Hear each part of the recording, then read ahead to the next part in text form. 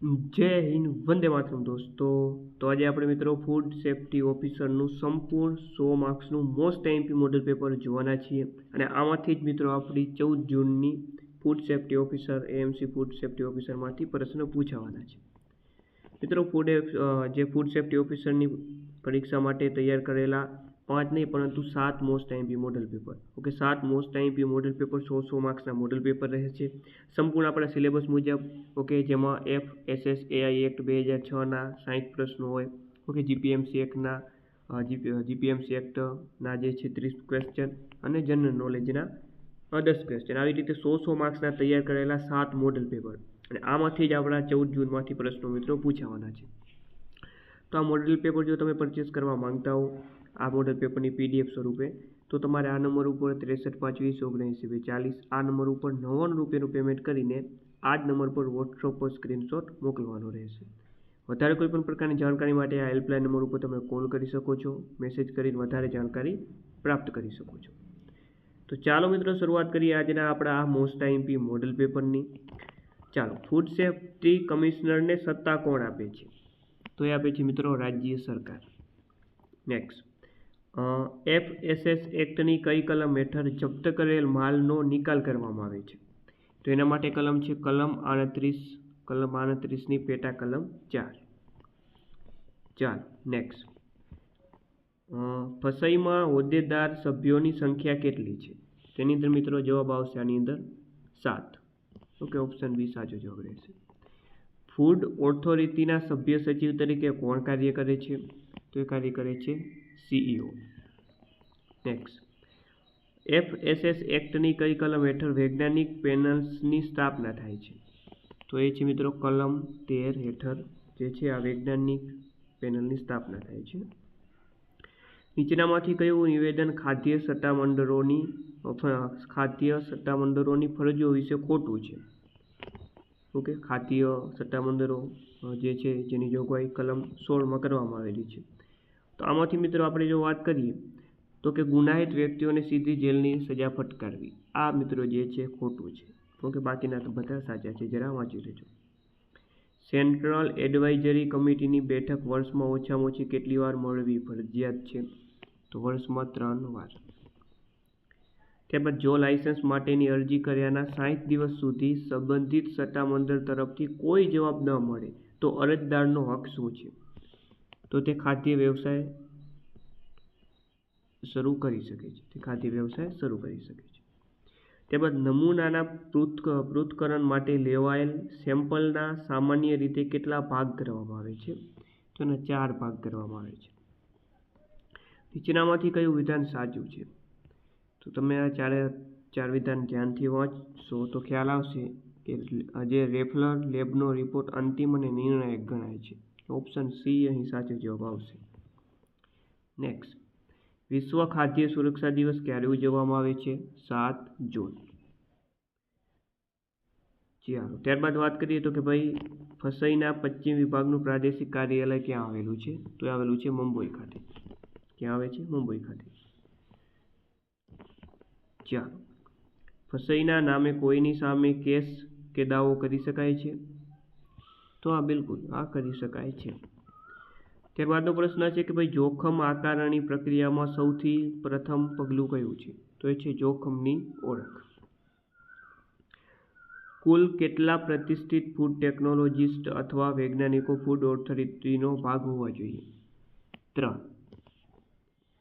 ત્યારબાદ છે નિયમોની તૈયારી, મૂલ્યાંકન અને પુનરાવર્તન દરમિયાન શું જરૂરી છે? તો એ જરૂરી છે, વાત કરીએ મિત્રો તો જવાબ પારદર્શિતા અને સહયોગ. ઓકે, પારદર્શિતા અને સહયોગ. ખોરાકમાં માઇક્રોબાયોલોજીકલ કાઉન્ટ અંગેની ચિંતા શું છે? તો મિત્રો એ ચિંતા છે કે ભાઈ તેઓ ખોરાકને બગાડી શકે છે તથા તેઓ ખોરાકજન્ય બીમારીઓનું કારણ બની શકે છે. બરાબર, તો આવા જ પ્રશ્નો મિત્રો પરીક્ષામાં પૂછાવાના છે. એકદમ ઓથેન્ટિક પ્રશ્નો છે મિત્રો. ઓકે, આ એઆઈમાંથી બનાવેલા પ્રશ્નો નથી, એકદમ જેને કહેવાય ને ઓથેન્ટિક આધારભૂત સ્ત્રોતોમાંથી બનાવેલા પ્રશ્નો છે, એનાલિસિસ કરીને બનાવેલા પ્રશ્નો છે. ઓકે, અગાઉની પરીક્ષામાં પૂછાયેલા પ્રશ્નો, ઓથેન્ટિક સોર્સ, સરકારી વેબસાઇટ, ઓકે, એમાંથી બનાવેલા પ્રશ્નો છે. એઆઈનો આમાં ઉપયોગ નથી થયો. બરાબર, બાકી એઆઈના પ્રશ્નો ક્યાંય પૂછાતા નથી. ચાલો, કોઈ વિસ્તારમાં food safety and standard act 2006ની જોગવાઈઓ લાગુ કરવા માટે કઈ સત્તા જવાબદાર છે? તો એ છે મિત્રો ખાદ્ય સુરક્ષા અધિકારીઓ. ત્યારબાદ ફૂડ બિઝનેસ ઓપરેટરે સુધારાની સૂચના અનુસાર પાલનને સુરક્ષિત કરવા માટે પગલાં લેવા માટેનો લઘુત્તમ સમયગાળો કેટલો છે? તો એ છે 2 અઠવાડિયા, એટલે કે 14 દિવસ જેટલો. જો કોઈ ફૂડ બિઝનેસ ઓપરેટર ઇમ્પ્રુવમેન્ટ નોટિસનું પાલન કરવામાં નિષ્ફળ જાય તો શું પગલાં લઈ શકાય છે? તો તેનું લાયસન્સ સસ્પેન્ડ કરવામાં આવે છે. નેક્સ્ટ, ઓકે, આવા સરસ મજાના મિત્રો 7 મોડલ પેપર આપેલા છે. સંપૂર્ણ સિલેબસ 100 માર્ક્સના છે. ઓકે, અને આમાંથી જ 700 પ્રશ્નોમાંથી તમારા મોટાભાગના પ્રશ્નો કવર થઈ જશે. તો આના માટે તમે મિત્રો જરા 63 520 79 240 આ નંબર ઉપર માત્ર 99 રૂપિયાનું પેમેન્ટ કરીને ગૂગલ પે અથવા તો ફોનપે દ્વારા અને આ જ નંબર પર વોટ્સઅપ પર સ્ક્રીનશોટ મોકલી દેવાનો. ઓકે, જવાબો અને સોલ્યુશન આનું સાથે જ આપેલું છે અને પ્રિન્ટ પણ તમે એની કઢાવી શકો છો. ચાલો, ફૂડ બિઝનેસ ઓપરેટર પ્રતિબંધના આદેશને હટાવવા માટે અરજી કરી શકે તે પહેલાં પ્રતિબંધનો આદેશ પસાર કર્યા પછી ન્યૂનતમ સમય કેટલો છે? ચાલો મિત્રો, તો આમાં જવાબ આવશે 3 મહિના. નીચેનામાંથી કયું નિયુક્ત અધિકારીનું કાર્ય નથી? તો 4 ઓપ્શન તમે વાંચશો તો ખ્યાલ આવશે કે ભાઈ ખાદ્ય વ્યવસાયની અરજીઓને મંજૂર કરવી અથવા નકારી કાઢવી, આ તેનું કાર્ય નથી. ચાલો, ફસાઈ 2006નું પ્રકરણ 5 કઈ બાબત સાથે સંકળાયેલ છે? તો જવાબ આવે આયાતને લગતી જોગવાઈઓ સાથે આ સંકળાયેલું છે. ત્યારબાદ ખાદ્ય સામગ્રીની આયાત અંગેની જોગવાઈ કઈ કલમમાં દર્શાવેલ છે? તો મિત્રો એ છે કલમ 25માં.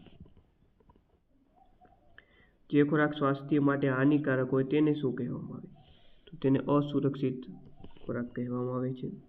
જે ખોરાકનું લેબલ ગેરમાર્ગે દોરતું હોય તેને કઈ શ્રેણીમાં મુકાય છે? તેને કહેવામાં આવે મિસબ્રાન્ડેડ.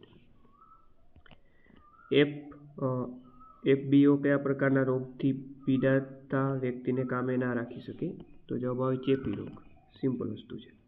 જો કોઈ રોગ સંપર્કથી ફેલાતો હોય તો તેને કેવો રોગ કહેવાય? તો એને કન્ટજીયસ રોગ કહેવામાં આવે છે. ત્યારબાદ જ્યારે કેન્દ્ર સરકાર 1992ના કાયદા હેઠળ આયાત પર નિયમન કરે ત્યારે તેને કોના ધોરણોનું પાલન કરવું પડશે? ફસાઈના ધોરણોનું. જો જથ્થાબંધ વેપારીઓને ન જણાવી શકે કે તેણે માલ કયા ઉત્પાદક પાસેથી ખરીદ્યો છે તો કોણ જવાબદાર ગણાશે? જથ્થાબંધ વેપારી પોતે. ત્યારબાદ જાણી જોઈને નિષેધના આદેશનું ઉલ્લંઘન કરવા બદલ શું દંડ છે? તેમાં છે 3 લાખ રૂપિયા સુધીનો દંડ છે આના માટે. નીચેનામાંથી કઈ જોગવાઈઓ ફૂડ સેફ્ટી ઓફિસરની શોધ, જમીન તપાસ અને કાર્યવાહી સંબંધિત ક્રિયાઓને લાગુ પડે છે? તો એ છે મિત્રો ક્રિમિનલ પ્રોસિજર કોડ 1973. જો ફૂડ સેફ્ટી ઓફિસર સામે ફરિયાદ કરવામાં આવે અને તે ખોટી સાબિત થાય તો શું થાય?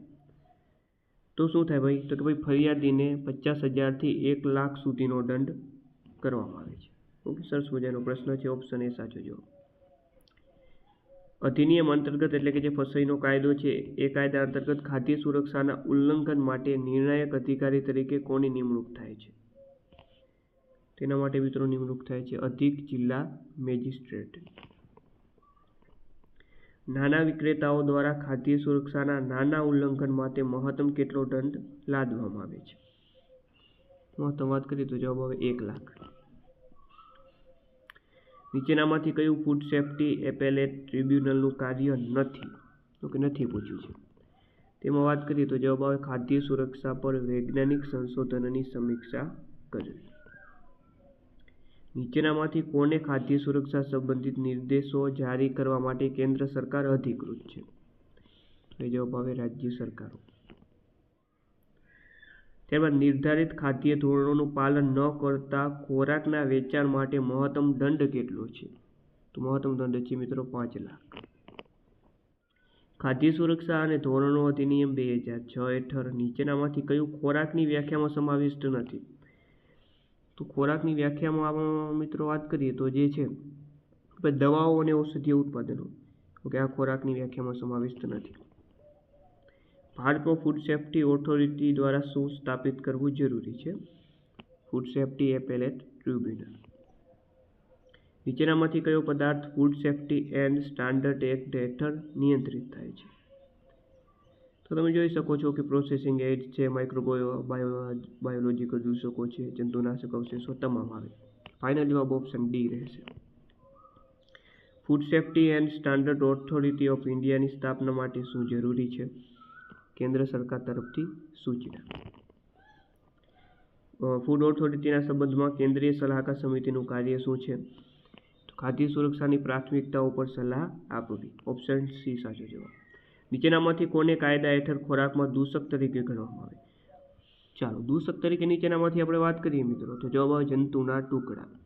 ઓકે, જંતુના ટુકડા સાચો જવાબ થશે. ફૂડ બિઝનેસ ઓપરેટર દ્વારા શું પગલાં લેવા જોઈએ જો તેમને લાગે કે તેઓ ખોરાક વેચી રહ્યા છે તે અસુરક્ષિત છે? તો શું પગલાં લેવા જોઈએ? ગ્રાહકને સૂચિત કરવા, બજારમાંથી ખોરાક પાછો ખેંચવો, અધિકારીઓને જાણ કરવી, તમામ આવે. ઓપ્શન ડી સાચો જવાબ રહેશે. Food safety and standard act હેઠળ કમિશનર ઓફ ફૂડ સેફ્ટી માટે શું જરૂરી છે? કાયદાની જોગવાઈઓને લાગુ કરવા. લાયસન્સ એટલે ફસાઈની કઈ કલમ હેઠળ આપવામાં આવેલ લાયસન્સ? કલમ 31 હેઠળ. જે કિસ્સામાં ઉલ્લંઘન બદલ જેલની સજા થઈ શકે તેમ હોય ત્યાં ડેઝિગ્નેટેડ ઓફિસર કેટલા દિવસમાં કેસ ચલાવવાની મંજૂરી માટે ફૂડ સેફ્ટી કમિશનરને ભલામણ મોકલશે? તો જવાબ આવશે 14 દિવસ. કેસ ચલાવવાની પ્રક્રિયા શેમાં દર્શાવવામાં આવેલી છે? તો એ શું મિત્રો, એ છે કલમ FSS એક્ટની કલમ 42માં. ફૂડ સેફ્ટી ઓફિસર દ્વારા લેવામાં આવેલ નમૂનાના 4 ભાગોમાંથી 2 ભાગ છે તે ફૂડ સેફ્ટી ઓફિસર પાસે રાખવામાં આવે છે. તો મિત્રો આવા સરસ મજાના 7 મોડેલ પેપર છે, 5 નહીં પરંતુ 7 મોડેલ પેપર સંપૂર્ણ સોલ્યુશન સાથે મોસ્ટ ટાઈમ છે અને આમાંથી જ 14 જૂનની પરીક્ષામાં પ્રશ્નો પૂછાશે.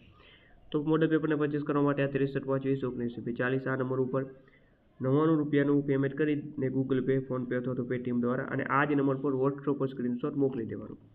વધારે જાણકારી માટે હેલ્પલાઇન નંબર પર તમે કોલ કરી શકો છો, મેસેજ કરીને વધારે જાણકારી મેળવી શકો છો.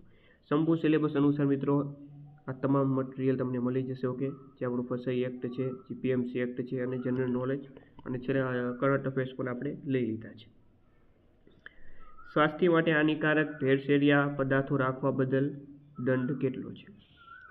ચાલો, તો જવાબ આવે 10 લાખ રૂપિયાથી વધુ નહીં.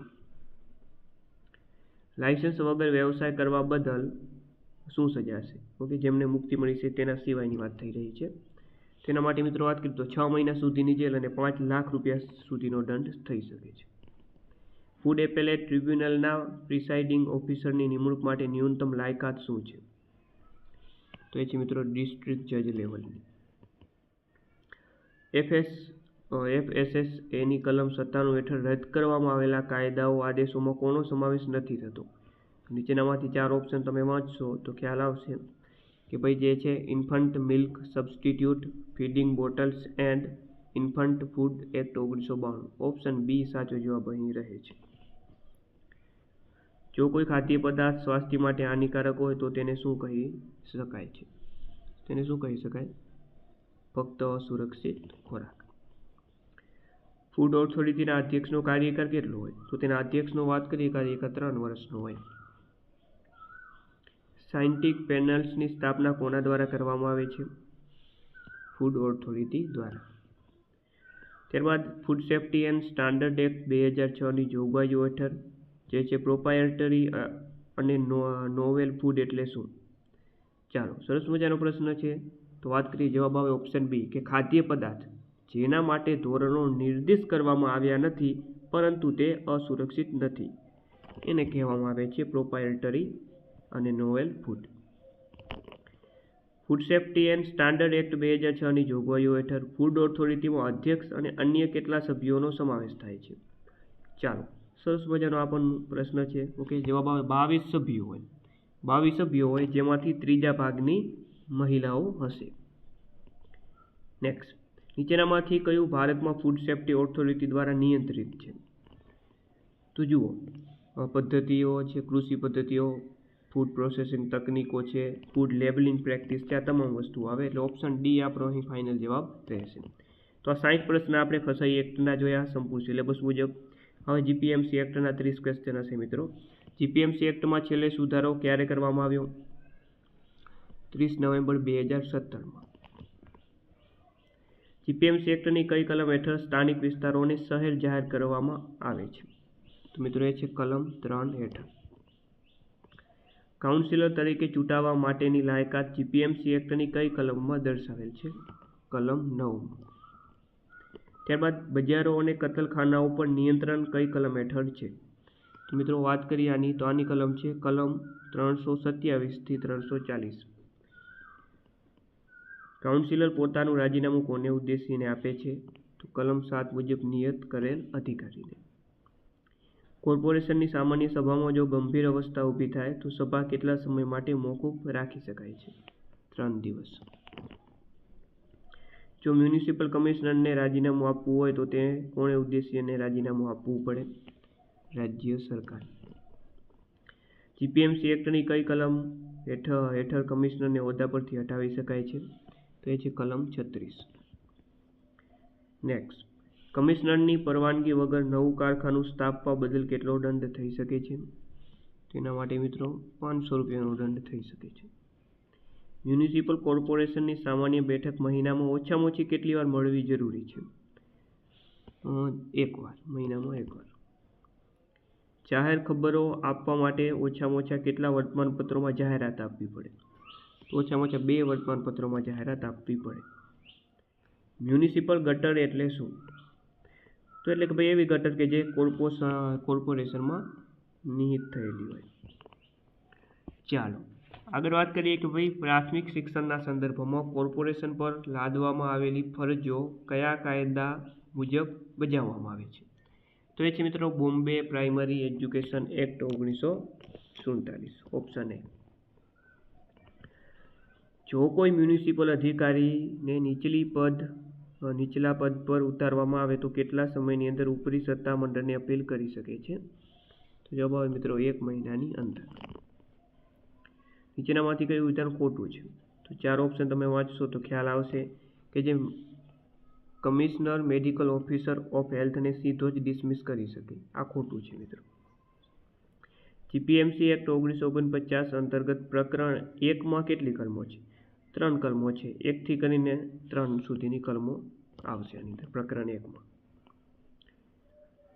જો ટ્રાન્સપોર્ટ સમિતિના કોઈ સભ્ય સતત કેટલા મહિના સુધી સમિતિની સભાઓમાં ગેરહાજર રહે તો તેમનું પદ જે છે ખાલી થયેલું ગણાશે. ચાલો તો જવાબ આવશે મિત્રો 2 ક્રમિક મહિના. જો સંયુક્ત સમિતિ અને કોર્પોરેશન વચ્ચે કોઈ મતભેદ ઊભો થાય તો અંતિમ નિર્ણય કોનો ગણાશે? તો આની અંદર અંતિમ નિર્ણય રાજ્ય સરકારનો, સ્ટેટ ગવર્મેન્ટનો ગણાશે. ડેપ્યુટી મેયર પોતાનું રાજીનામું કોને ઉદ્દેશીને આપે છે? મેયરને આપે.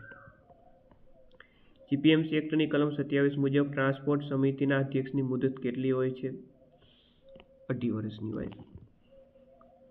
જીપીએમસી એક્ટની કલમ 30 મુજબ સ્પેશિયલ કમિટીના કામકાજનું ક્ષેત્ર નક્કી કરવા માટે કોર્પોરેશનમાં હાજર અને મતદાન કરતા કાઉન્સિલરોની કેટલી બહુમતીનો ઠરાવ જરૂરી છે? જવાબ આવે 2/3. જીપીએમસી એક્ટની કલમ 19(3) મુજબ મુદત પૂરી થતાં નિવૃત્ત થતા મેયર અથવા ડેપ્યુટી મેયર માટે શું જોગવાઈ છે? ચાલો તો તેમના માટે એવો શું જોગવાઈ છે એવી વાત કરીએ તો તેઓ ફરીથી ચૂંટણી માટે પાત્ર ગણાય છે. શું સ્થાયી સમિતિના અધ્યક્ષ તેમની મુદત પૂરી થયા પછી પુનઃ નિમણૂક માટે પાત્ર છે? તો જવાબ છે મિત્રો હા, તેઓ પુનઃ નિમણૂક માટે પાત્ર છે. ચાલો, કોર્પોરેશન વાર્ષિક ધોરણે મેયરના નિકાલ માટે અમુક રકમ ફાળવશે જેને કયું ભથ્થું કહેવામાં આવે છે? તો તેને મિત્રો જે છે સંપયુતરી ભથ્થું કહેવામાં આવે છે. ઓકે, સંપયુતરી ભથ્થું. પ્રોવિડન્ટ ફંડ સરકારી તિજોરીમાં જમા કરવા અંગેની જોગવાઈ કઈ કલમમાં છે? જીપીએમસી એક્ટની કઈ કલમમાં જોગવાઈ છે? તો એ છે મિત્રો કલમ 60A માં. કોર્પોરેશનની ફરજો અને સત્તાઓ કયા પ્રકરણમાં છે? તો છે પ્રકરણ 6. પાણી પુરવઠાની જીપીએમસી એક્ટ 1949ની કઈ કલમમાં જોગવાઈ કરવામાં આવેલી છે? તો એ છે કલમ 189. જીપીએમસી એક્ટ 1949માં પ્રકરણ 12માં શેની જોગવાઈ છે? તો પ્રકરણ 12માં મ્યુનિસિપલ, મોરીઓ અને ગટર કામોની. મ્યુનિસિપલ સત્તાધિકારીઓમાં કોનો સમાવેશ થાય છે? તો એની અંદર મિત્રો નગર મહાનગરપાલિકા, સ્થાયી સમિતિ, મ્યુનિસિપલ કમિશનર તમામનો સમાવેશ થાય, એટલે ઓપ્શન ડી સાચો જવાબ રહેશે. ચાલો હવેના 10 પ્રશ્નો આપણે જીકેના જીકે જનરલ અવેરનેસ જોઈશું. આપણે general knowledge and general awareness. ચાલો, ઇન્ટરનેશનલ ઓર્ગેનાઇઝેશન ફોર સ્ટાન્ડર્ડાઇઝેશન એટલે કે ISOનું મુખ્ય મથક ક્યાં આવેલું છે? તો સ્વિટ્ઝરલેન્ડના જીનીવા ખાતે આવેલું છે. સ્વિટ્ઝરલેન્ડ એનું જે છે રાજધાની જીનીવા ખાતે એનું હેડક્વાર્ટર આવેલું છે. કયા ખાદ્ય પદાર્થો માટે એક માર્ક પ્રમાણપત્ર ફરજિયાત છે? તો જવાબ મધ. ભાવનગર જિલ્લાના સાહિત્યકાર મહેન્દ્ર મેઘાણી દ્વારા સ્થાપિત કઈ સંસ્થા કે જે સસ્તા ભાવે પુસ્તકો ઉપલબ્ધ કરાવવામાં આવતા હતા? તો એ હતું લોકમિલાપ. ભારતમાં કોફીનું સૌથી મોટું ઉત્પાદક રાજ્ય કયું છે? કોફીનું કર્ણાટક આવે. શણનું પૂછે તો પશ્ચિમ બંગાળ આવે. એરંડામાં આપણું ગુજરાત પ્રથમ સ્થાને છે. ભારતની પ્રથમ સ્વદેશી નિર્મિત nuclear power ballistic missile submarine કઈ છે? તો એ છે INS અરિહંત. તાજેતરમાં પ્રધાનમંત્રી શ્રીની અધ્યક્ષતામાં ભારતની કેટલામી વસ્તી ગણતરી હાથ ધરવાના પ્રસ્તાવને મંજૂરી આપી છે? 16મી. અમદાવાદ શહેરને વર્લ્ડ હેરિટેજ સિટી ક્યારે જાહેર કરવામાં આવી? જુલાઈ 2017માં. ત્યારબાદ કુસુમ વિલાસ પેલેસ ગુજરાતમાં ક્યાં આવેલો છે? કુસુમ વિલાસ પેલેસ તો એ આવેલો છે મિત્રો છોટા ઉદેપુર ખાતે. વિશ્વમાં ખોરાક ઉત્પાદનની દ્રષ્ટિએ અગ્રણી દેશ કયો છે? તો એ છે ચીન. અને છેલ્લો પ્રશ્ન છે આપણો કે ભાઈ નીચેના પૈકી કયા સત્યાગ્રહથી વલ્લભભાઈ પટેલ સરદાર તરીકે ભારતમાં જાણીતા થયા હતા? તો મિત્રો એ સત્યાગ્રહ હતો બારડોલી સત્યાગ્રહ. તો મિત્રો આ તો ફૂડ સેફ્ટી ઓફિસરનું 8-10 પ્રશ્નપત્ર, આવા જ 7 જેટલા મોડેલ પેપર તમે પરચેસ કરવા માંગતા હો તો આ નંબર ઉપર કોન્ટેક્ટ કરી લેજો. ફરીથી મળીએ નવા વિડીયો સાથે. જય હિન્દ, જય ભારત.